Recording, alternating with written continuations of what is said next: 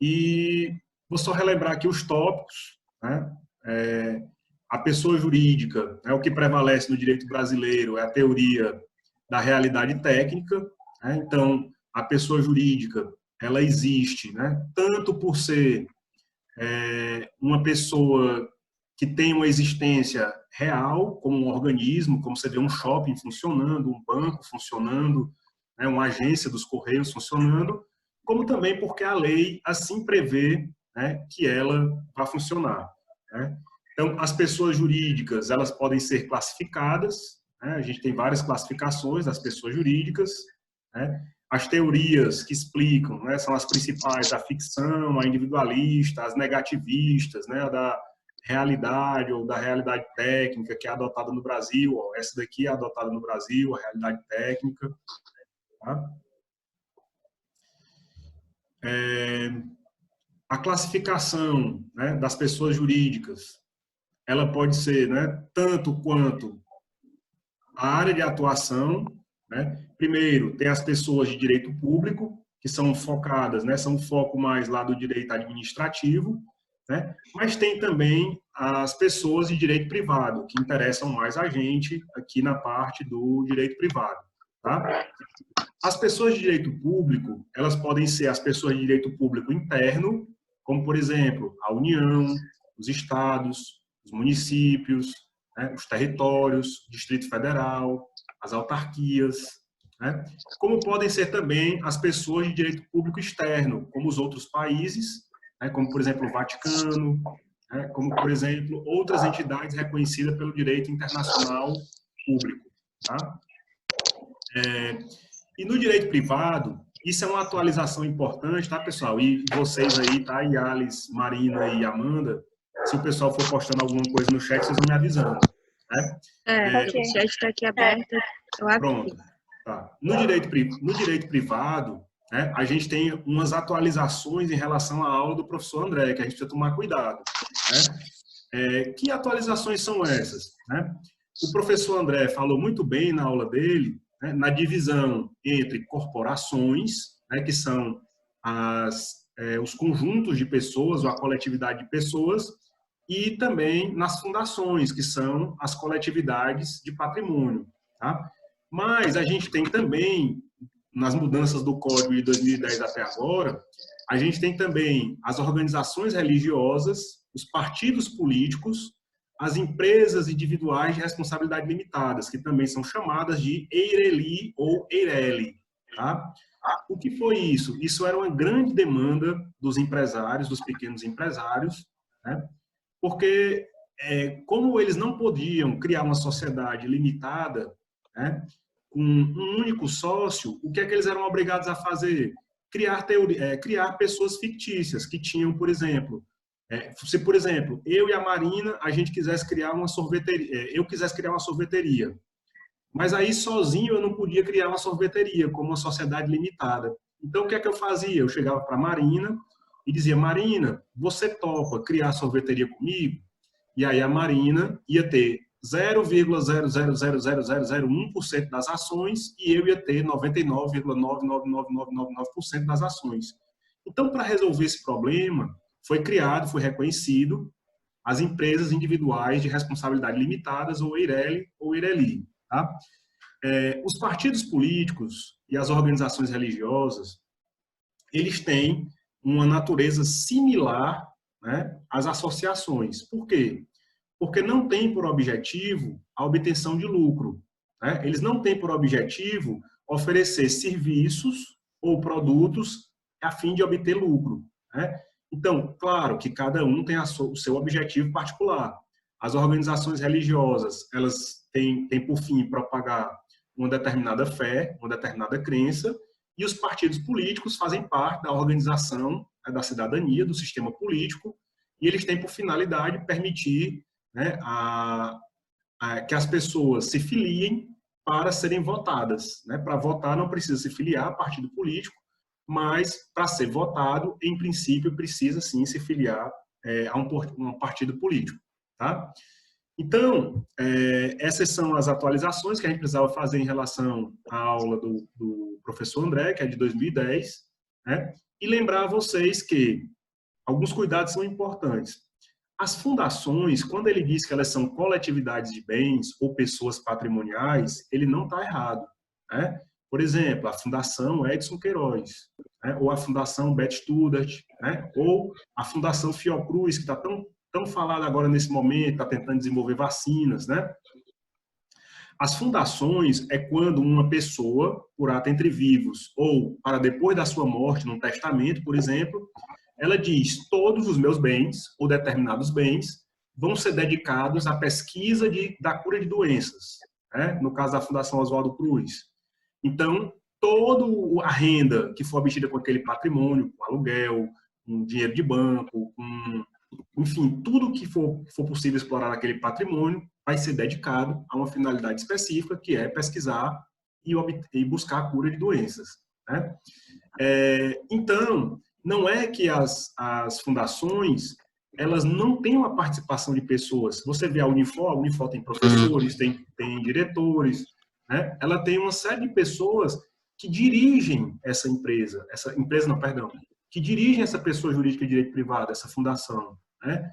Porém, a renda obtida tem que ser reempregada nas finalidades da fundação. Ela não pode ser distribuída como lucro, né? Então, essa é a grande diferença, né, aí da fundação para as sociedades. As sociedades, não. As pessoas se juntam, coletividade de sócios, oferecem serviços ou produtos e, daquela renda obtida, elas podem distribuir lucros, tá certo? Se vocês forem tendo aí alguma dúvida, né, podem ir dizendo aí no chat. Acredito que as meninas, a Yales, a Marina, vão me passando. Bom, também tem a classificação, né, quanto à estrutura interna no direito privado. A corporação, né, ela é uma pessoa jurídica, né, uma coletividade de pessoas, né, porque entre elas existe a afetividade, a affectio societatis, né, as pessoas estão juntas por um elemento pessoal, e as fundações são pessoas jurídicas patrimoniais, né? Também, quanto à finalidade econômica, a gente pode falar, as que têm fins lucrativos são as sociedades e a Eireli. Essa matéria será melhor estudada no direito empresarial, vocês vão ver isso mais na frente, né? E, sem fins lucrativos, a gente tem as associações, as fundações, as organizações religiosas e os partidos políticos, né? Bom, início da personalidade, a gente já viu, né? O professor André até responde uma pergunta sobre isso. O início da personalidade é com o registro. Portanto, o registro da pessoa jurídica no direito civil, ele é constitutivo, ele não é declaratório, tá? Então, é como ele explica: se uma pessoa jurídica fizer um contrato antes do seu registro de ato constitutivo, aquele contrato não obriga a pessoa jurídica, ele obriga quem assinou ali como sócio, tá? Então, o registro da pessoa jurídica ele é feito, né, nos ofícios privativos, né, e no cartório de títulos e documentos em algumas situações. E os requisitos estão lá no artigo 46. Tá? Bom, avançando um pouco mais, e aí esse vídeo aqui também eu disponibilizei para vocês no Unifor Online outro vídeo, né? Um vídeo também do professor Birajara Casado, né? Por quê? Porque nesse vídeo o professor Birajara ele vai falar sobre as mudanças que houve na teoria da desconsideração da personalidade, né? Porque a MP da Liberdade Econômica, assim chamada, né, depois virou lei, ela trouxe algumas alterações, né, na previsão ou na redação, né, da desconsideração. Tá? Tradicionalmente, a gente tinha duas espécies de desconsideração da personalidade. A teoria maior está no Código Civil, porque pela teoria maior, você sempre tinha que motivar a desconsideração da personalidade. Tá? E a teoria menor está lá no artigo 28, né, do Código de Defesa do Consumidor, mas principalmente no parágrafo 5º. Tá? Então, o que acontece? Né? Pela teoria maior, eu só poderia desconsiderar a personalidade jurídica em duas hipóteses, desvio de finalidade e confusão patrimonial. Ou seja, em ambas havia um abuso da personalidade jurídica, né? As pessoas estavam fazendo mau uso, um uso deturpado da personalidade jurídica, né? E outra coisa, a doutrina e a jurisprudência tinham criado a chamada teoria da desconsideração inversa, né? O que é a teoria da desconsideração inversa? A teoria da desconsideração inversa é quando, ao invés da pessoa, que é o mais comum, né? Ao invés da pessoa tirar bens da pessoa jurídica para o patrimônio próprio, ela faz o contrário. Ela vai se blindar de ações de família, jogando bens para o patrimônio da empresa, para o patrimônio da sociedade, para o patrimônio da associação. Como assim? Digamos, né, que a Marina casasse, aí ela está lá casada com o marido dela. Aí a Marina, advogada de sucesso, bastante rica, famosa, né? Aí ela começa a suspeitar que o marido dela vai propor uma ação de separação, alguma coisa do tipo. Aí o que é que ela resolve fazer, né? Ela cria uma empresa e começa a colocar o carro dela, começa a colocar as casas, os terrenos, né? As contas bancárias, aplicações na bolsa, colocar tudo dentro da empresa. Para quê? Para que, se for proposta algum tipo de ação de família, de alimentos, de divórcio ou de qualquer natureza dessa forma, de natureza pessoal, aí ela diga, não, eu não tenho patrimônio, né? Não tenho bens no meu nome. Para quê? Para se blindar, colocando todo o patrimônio pessoal dentro da pessoa jurídica, né? Só que por que isso não é permitido? Porque isso também é um mau uso da personalidade. Eu estou usando a empresa como um escudo para fraudes, né? Para fraudes familiares ou mesmo em outro aspecto lá, né, do direito, tá? Então isso não é permitido, né? Isso aí não é tolerado. Então a teoria da desconsideração inversa também já era aceita, né? O que foi que aconteceu, né, aí com essa mudança, né, do artigo 50? O artigo 50 ele acabou ampliando ou tornando mais difícil, né, a possibilidade de desconsideração da personalidade jurídica por conta da liberdade econômica. Tá? É um artigo controverso, né, as alterações foram colocadas.